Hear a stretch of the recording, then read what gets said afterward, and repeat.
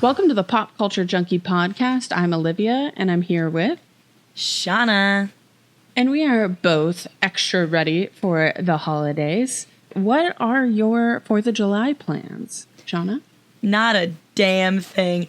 I'm not feeling particularly patriotic lately. I would agree with that. I think my 4th of July plans are going to be probably go swimming. Okay. Needed in Arizona. Right. Oh my God, dude, it's like 117 tomorrow already. It's not even summer yet. It's not even summer yet until what, the 21st of June?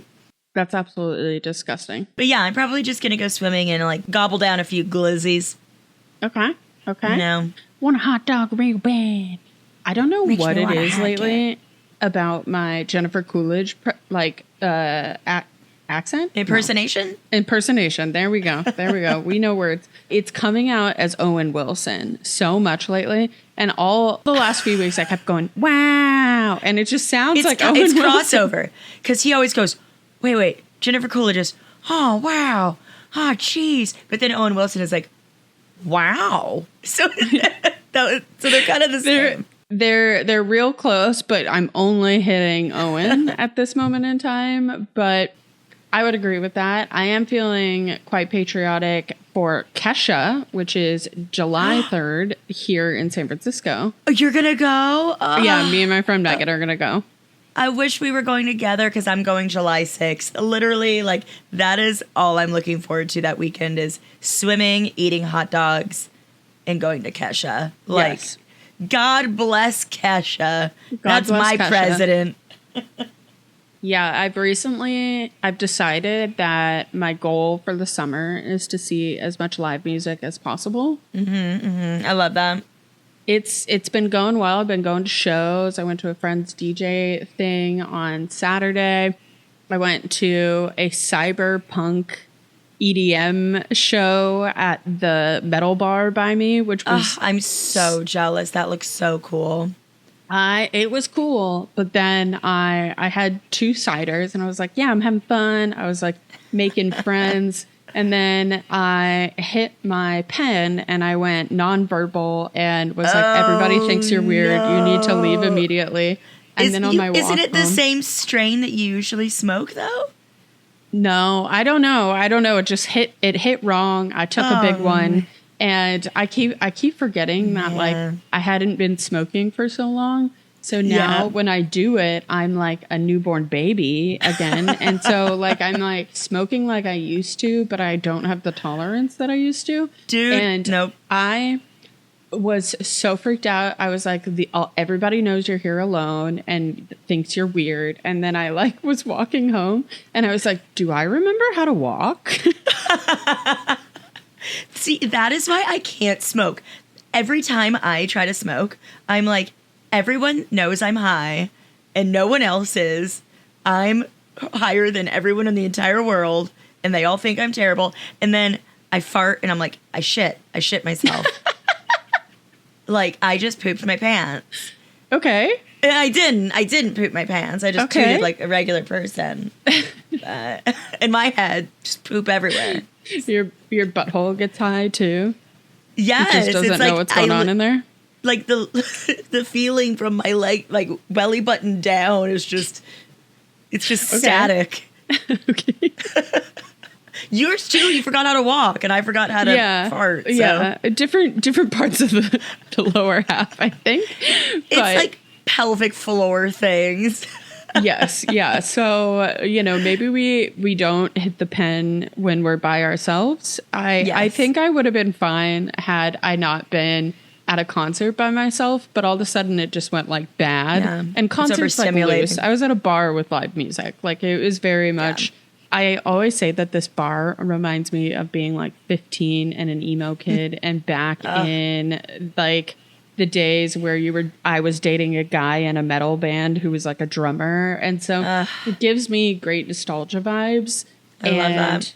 Yeah, it was unfortunate I got so baked because I was flirting with a cute boy. And then I got Do you remember his name? What was his name? Nothing.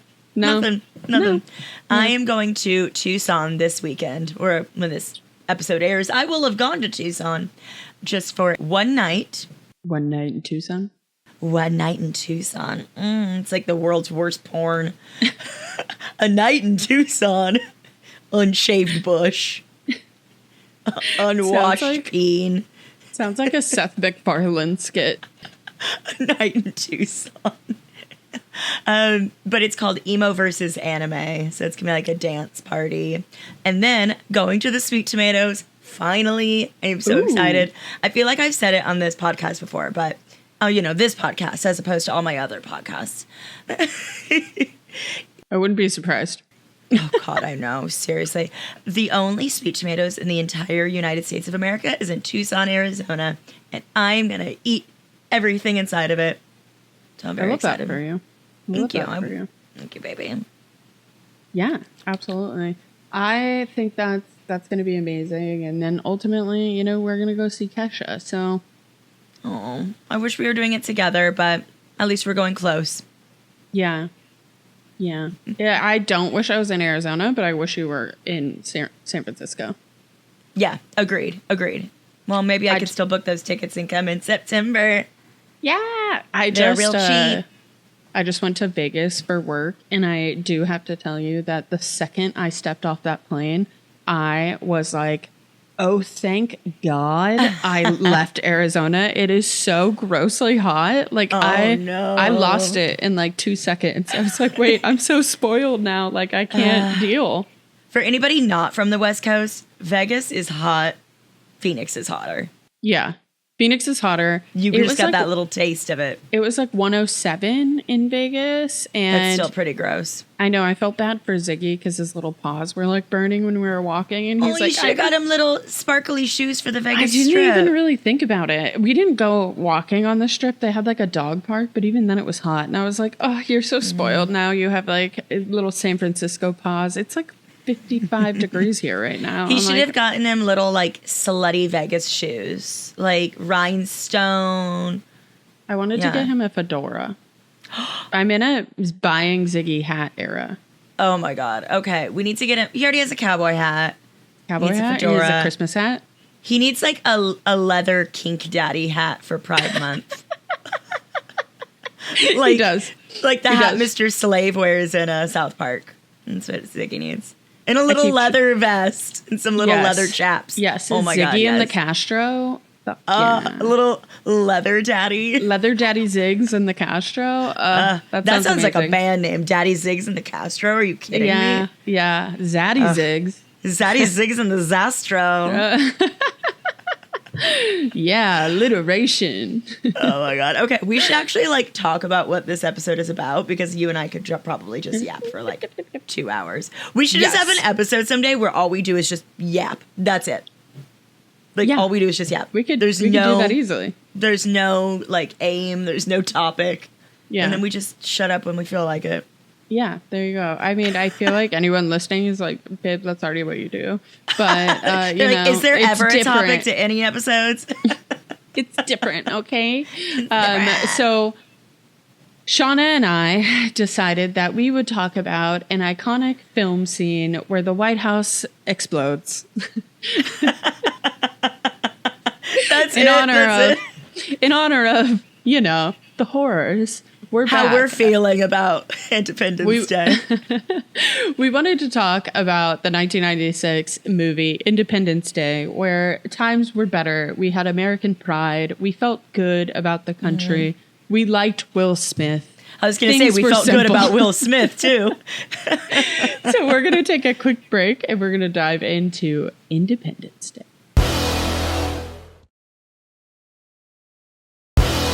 As we talked about right before the break, we're here to talk about Independence Day. But before we start the fireworks, now's a good time to remind you about our Patreon. It's a tiny little investment in our podcast and you'll receive a lovely shout out, a first look at our PCJ Pop episode so you know exactly what to watch. And for a little bit more, you can even get a sneak peek at our uncensored regular episodes. You can go to patreon.com/popculturejunkiepodcast and subscribe right there. And we'll be sure to remind you about that later. So I want to talk a little bit about the first time you saw Independence Day. Where were you? Set the scene. Oh, God. I don't remember where I was. I was 7 years old when it came out, so I don't think I saw it when it first came out. And honestly, I rewatched it for this episode, and there was so much in it that I totally had forgotten. So I think I've only seen it maybe like twice over the course of my life, all the way through. What? Yeah, dude. I mean, I've seen like clips here and there, and it was on TV back in the day, and like TBS. So you'd be like scrolling through TV, and you're like, oh, Independence Day. Isn't your dad really into aliens? Well, now he is. Oh, okay. But no, I think I've only seen it like twice. You've seen maybe you've seen it a lot. Yeah, I've seen this movie a lot. So my dad, first of all, was letting me watch shit he should not have let me watch.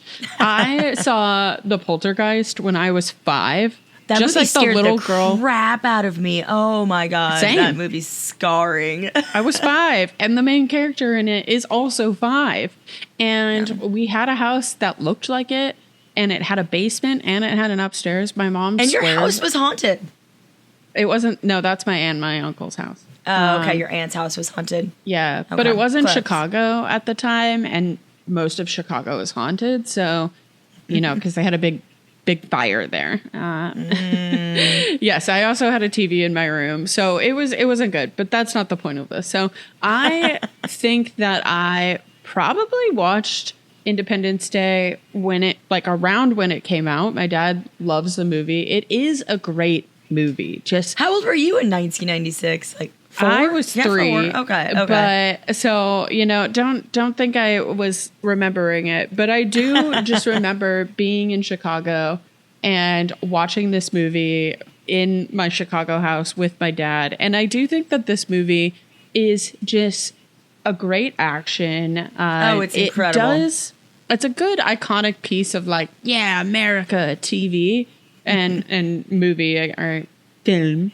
Film. It's a film. It's a film. It's a good film. But Nice I really film, good do soup.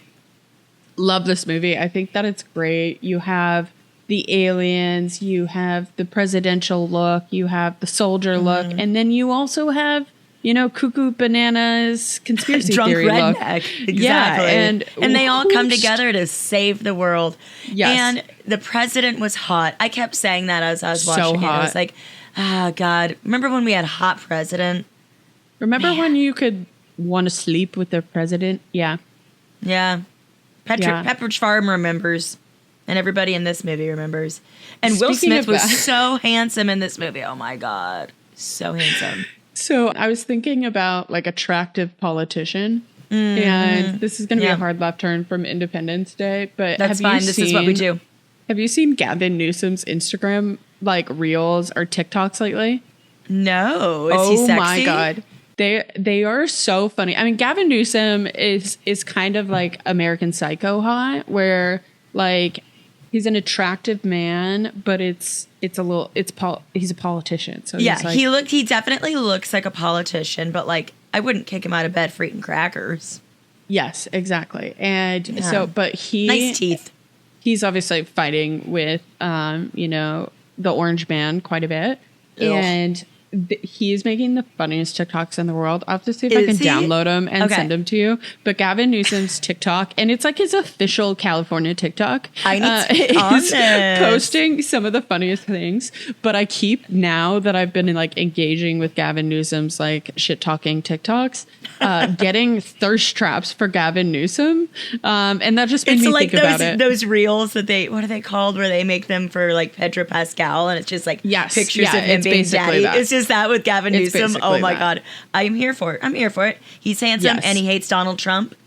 I am Yeah. also handsome and hate Donald Trump. It works. I also feel like Gavin Newsom kind of looks like Bill Pullman in this, but I agree. I So, absolutely agree. He does bring it look like around. Bill Pullman. Yep. I guess that means Gavin Newsom should be president. He's definitely going to try for it. But He is. Gavin Newsom is one of those people where right now Californians like him because he's fighting Trump, but he's also. But they don't always like him. He's yeah. Yeah. He's definitely a moderate, but Yeah, that makes sense. Any swing back is good. We digress. Yeah. Not really. Not really. This is a patriotic episode, damn it. Yep. Will Smith is sexy. He's got great abs. Daddy in this movie. Jeff Goldblum? Thank you. Yes. Yeah. What do you mean? Okay. Jeff Goldblum in this movie is an ungodly level of hot. Like, he is so fine in this movie. Which Jeff Goldblum are you taking? Are you taking Jurassic Park Goldblum or this one? Oh God, that's hard. That is really hard. I think I'm going Independence Day because he's super smart. And he's hot. So smart. But then he's got that like lounging shirtless scene in Jurassic Park. And he's like, women inherit the earth. That's it. Both of them at the same time. Finds a way. I want to have a threesome, but it's just both me and then both versions of him from both of these movies. I need Jeff Goldblum, Jurassic Park, Jeff Goldblum, Independence Day. We're meeting in Paris. We're meeting. And you know what? Let's throw in Jeff Goldblum, Wicked. Screw it. Let's do it. Throw it all in. Yeah. You know you would do it. Yeah, but it doesn't hit the same way. But we'll do it. It doesn't hit the same way, but he is still fine for an older man. He's so fine. One thing, one thing that is so stupid and has nothing to do with the plot of this movie, but I kept saying out loud, I can't wait to talk to Olivia about this. Will Smith buys Vivica A. Fox's character a ring. That is the ugliest engagement ring I've ever seen in my entire life. He's like, she likes dolphins, so I got her a ring with a dolphin on it. It's giving like Pimp My Ride. Remember when they're like, we know you like bubbles, so we made bubbles shoot out of the back of your car. We gave you a bubble bath. Like, she likes dolphins, so I'm going to give her an engagement ring with like a gold-plated dolphin on it. She's like, yeah, thank you. No. She's like, the second that we come back from this alien attack, you're getting me a rock. You're getting me a rock and not I had a ring with a dolphin on it when I was like the 3rd grade because I liked dolphins in the 90s too. Everyone did. We talked about it. We were all trying to be marine biologists. Yeah, it was quite interesting how that one happened. What I was actually reading about this movie is it was originally not going to be Will Smith as the original cast. So the studio originally wanted Ethan Hawke or Matthew Broderick for the lead. Matthew Broderick. I couldn't say that. Yeah, Matthew Broderick, weird. That's Inspector Gadget. Yeah, not Inspector Gadget. And there's just already too many like white men in this movie. Like, no, we need switch it up, get Will Smith in there. Well, it was 1996 and they were afraid of a black actor for global markets, which shortly after Will Smith became one of the biggest action stars of all time. So I was gonna say he's like in the prime of his career right now. He's got Men in Black, and it didn't occur to me until my rewatch of Independence Day. But I was like, oh my God, Will Smith and the aliens in the 1990s, like that was his shtick. So he had Men in Black, he had Wild Wild West come out. He had just finished up on Fresh Prince. He was racking up the dough. Yeah. Vivica A. Fox is gorgeous in this movie. Ugh, she's so beautiful. She's gorgeous. I forgot if the dog lived or died in this movie. And right when like the bomb is like the laser is destroying everything in Los Angeles and the dog leaps into safety. It's like, good. I can keep watching the movie now. She also did her own stunt with that. The dog or Vivica A. Fox? Vivica A. Fox. I almost said the fox, not the dog. The fox, the dog, everyone did their best. Yes, so she did her own Vivica A. Fox was great that. in this movie. I love her. Yes, there is so much like good stuff. I think this movie is still like it's old. Like when you watch it, you're like, okay, I can tell this was made in the 90s. But it is a movie that had a lot of practical effects to it. Mm-hmm. So they didn't use what would have been like incredibly early CGI at the time.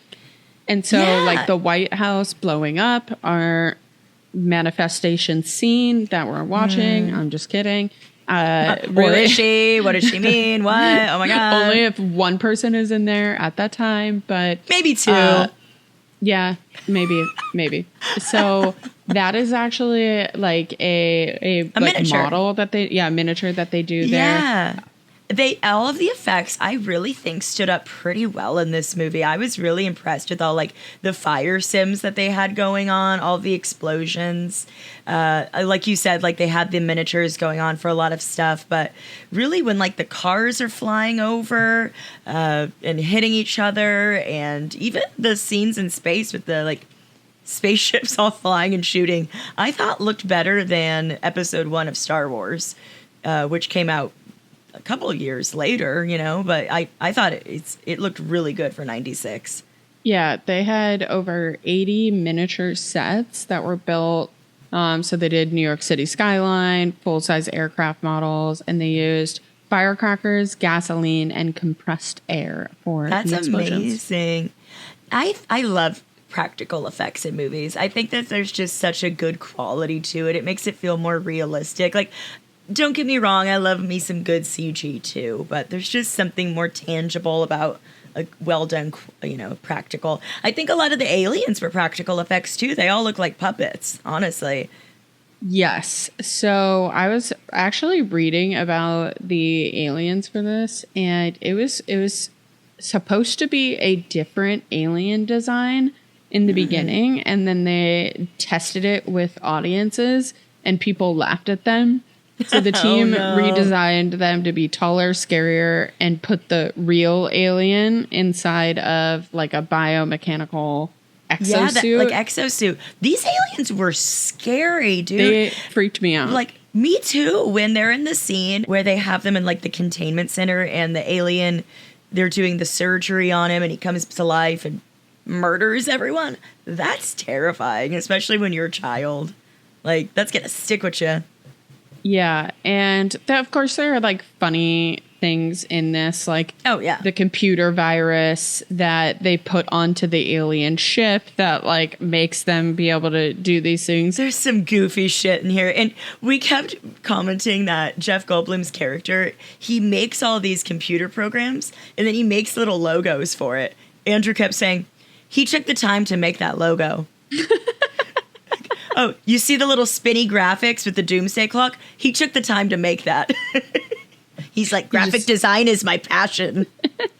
He said, I have a MySpace. Yeah, I need to make a little angry skull. So unnecessary, but iconic. Yes. Yeah, there was some funny moments in this movie, and definitely some iconic lines, like the president's speech is still iconic, and it has been referenced by actual politicians. So Tony Blair used it, and it's been used in local U.S. elections, which is kind of crazy. Can't come up with anything. What's funny is the script was written in 4 weeks, actually. What? Really? Yep. So maybe that's where the weird tech stuff comes from. But the idea came from Roland Emmerich asking, what if there was a big ship hovering over every city on Earth with Dean Devlin? And yeah, I mean, it's a great movie, great action film. So obviously things ramp up and people are scared. But I feel like in the beginning, everyone's acting kind of chill, like a little too chill. I don't know. They know these anomalies are coming and they're just kind of like, oh, well, this will be scary. Let's see how it goes. And the president even says later in the movie that he waited too long to evacuate the cities. I was screaming at the TV. I'm like, evacuate them. What are you doing? What are you doing, bro? Do you remember when we just had like hundreds of drones in the sky and nobody cared and nobody could tell us what was going on? And we all just went, okay. Right.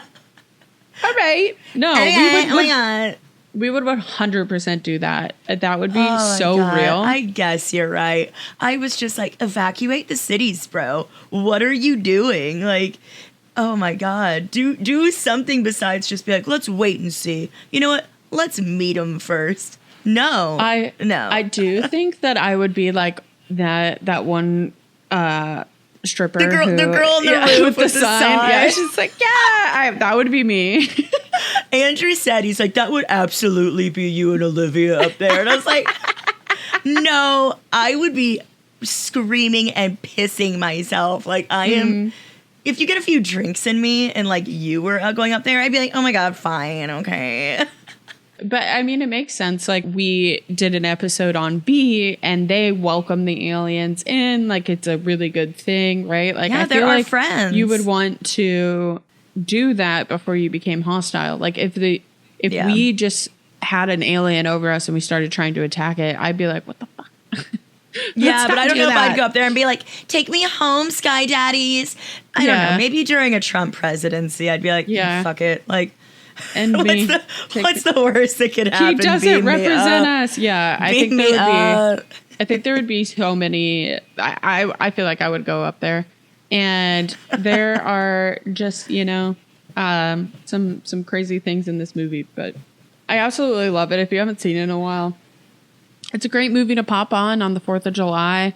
It's a fake president. It's, a belief that we would do the right thing and all come together.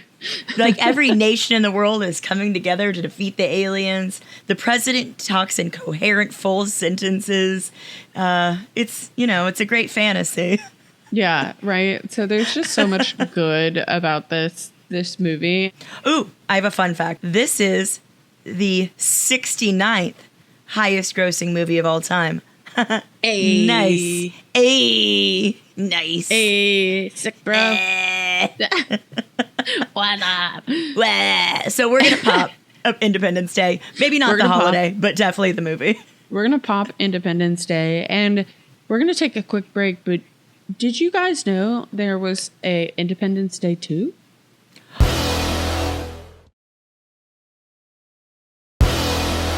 So apparently there was a Independence Day resurgence, Independence 2, that like came out 9 in 2016. years ago. Yeah. The film takes place 20 years after the events of the first film, during which the UN has collaborated to form Earth Space Defense, an international military defense and research organization. Space Force. Yeah. And does Space Force still exist? Is that still a government agency? I don't know. And so through reverse engineering, the world has harnessed the power of alien technology and laid the groundwork to resist a second invasion, which I do think is pretty interesting in concept because of Bob Lazar. So Bob Lazar is an Area 51 scientist who has become a whistleblower. He has a few documentaries. You can just look up Bob Lazar docs. And he claimed that when he worked for Area 51, he was actually reverse engineering crashed spacecraft. So basically what happens in Independence Day. Yes, exactly. And so he claims that he has done it. I mean, he has some really interesting stuff. Watch the documentary. I'm really oversimplifying it. But that is something in pop culture, in the zeitgeist. And so I think that it's interesting that they tried to bring it in. Now, this movie here does not have any of the original people in it. Well, Jeff Goldblum is in it. Yeah, I think the only character, main character that doesn't come back is Will Smith. He was doing, I want to say, Suicide Squad at the time. So they kill off his character. I know. I mean, both movies were pretty bad career decisions. Rumors are to be believed. He had Margot Robbie back then, so. That's true. But yeah, this came out in 2016. It flopped. It's got a 29% on Rotten Tomatoes. And I don't think anybody even remembers that it exists. Yeah, I sure as hell didn't. No, absolutely not. Let's see here. Jeff Goldblum, Liam Hemsworth is in it. And he plays Bill Pullman's daughter's fiance. Yeah. So, it's got a little cast in here, but it was a financial disappointment, only grossing $389 million, even though it cost it cost $165 million. So it made back how much it cost to make, but still, no one saw this shit. Yes. And apparently there was also a planned series of films that would have come out, Independence Day 3 and 4. They were also talking about doing a TV show at the time, which would have been like rebuilding after the original film. And, you know, one thing we did in the 90s where was if someone liked the first one, we were gonna hit that hard. We were gonna do novels, we were gonna do comics, we were gonna do video games, we were gonna do spin-offs. Yeah. An animated version. Yes. There was so many animated versions of live action movies and TV shows in the 90s. Like, there was a pilot for a animated Buffy the Vampire Slayer. They had the Beetlejuice cartoon. Men in Black, I think, got a cartoon for a second. Anyway, it wouldn't surprise me if there was an Independence Day cartoon in the works. So there actually is a comic that came out, and it was a Marvel comic. It was a Marvel comic? Yeah. Yeah. Interesting. That I did not 1996. know. And then Titan Comics did one in 2016 called Independence Day Dark Fathom. Okay, and that was probably trying to tie to the 2016 movie. There was also a flight simulator video game that came out in 1997, and don't know how successful that was. It looks like it was for PlayStation and Sega Saturn. I never played it, but upon rewatching this, the first Independence Day, it reminds me so much of Star Fox 64. Like, so much of Star Fox 64 is, I think, totally ripped off of Independence Day. You're flying under this giant, like, circle spacecraft, trying to shoot, like, into little, like, nodules at the bottom. Trying to shoot your load into a tiny nodule opening. Until it explodes. Oh. It's a gift. You have a gift, you know? For making anything disgusting? Yes, I do. A gift and a curse. Take this burden away from me. Yeah, you know, special gift you got there. We are who we are, as Kesha would say. As our president would say. Yeah, absolutely. God, our president Kesha, exactly. Do you think that there should be another Independence Day? Do you think we should give it a third time's the charm? I mean, the first time was the charm, but maybe another sequel, another cash grab. I think that they should leave it, but I am a very big person where, like, I don't like a sequel for a sequel's sake. I think that's probably what 2016 was as well. So, do you need a sequel of a bad sequel? Probably not either. I do think that you could make it kind of interesting, like with a prequel, like what did the government know? What were they hiding? Like you could kind of bring that in. Yeah, or another person's story. So we focus on like the heroes of the 1996 film, but what about the little people? What about just regular Joe Schmoes going about their life? Like, I don't know, let's dive in and see what so-and-so up the block was doing while the aliens were taking over. That could be interesting. Yeah, and I think you could do that, but I think it really just have to be like in universe in a very different perspective of it. Yeah. But I really think that Independence Day said what it needed to say at the time, and we could really kind of leave it there. Blow shit up, eat popcorn. God bless America. Yeah. In 96? Yeah. Back then, yes, exactly. Yeah, maybe. So really, ultimately, we want to just say that it is not a great time in this state of the world, and we are here to support any of our immigrant communities. We love you guys. We're here for you. We're protesting for you. Yep. You know, really, we wanted to silly goof and laugh over this episode and just have a fun time where we could remember like, oh, there used to be a time of patriotism, but until all of us are free, no one is free. And we look forward to a time of American freedom again, one where we can hope for it, at least. Very, very well said. Yes, I think it's nice that we have, you know, you have to take breaks from the horrors and, you know, laugh and, you know, try to give yourself a little mental downtime to giggle with your besties. But at the end of the day, I hope everyone's staying safe and, you know, we're out there fighting the good fight along with you. And PCJ stands with you. Absolutely. Absolutely. And now it's time for us to go make some potato salad, fire up our protest signs, find our stashes. I don't know why that was so funny. I'm like, where's she going with this? Yep. Oh, Independence Day. Got it. Yeah. That's what I'm going to do. I'm going to eat so much potato salad and just protest on the 4th of July, but carrying the tub of the potato salad. Yeah, exactly. So fire up our protest signs, find our stashes of illegal explosives just for fun.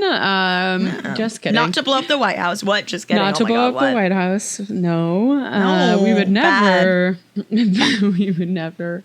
And hope that the next invasion comes from aliens for our little orange man. Maybe they can suck him up.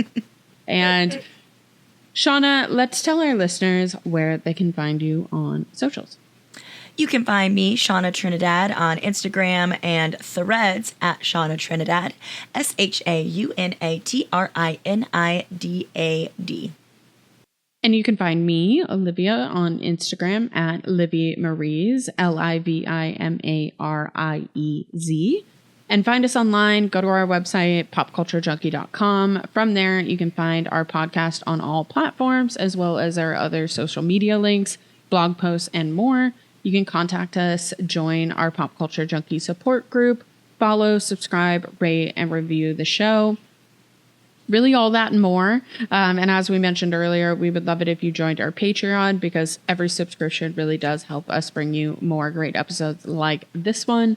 Find us at patreon.com/popculturejunkiepodcast. Sign up for a sneak peek or get a super special shout out from us, and come back next week for another hit of pop culture.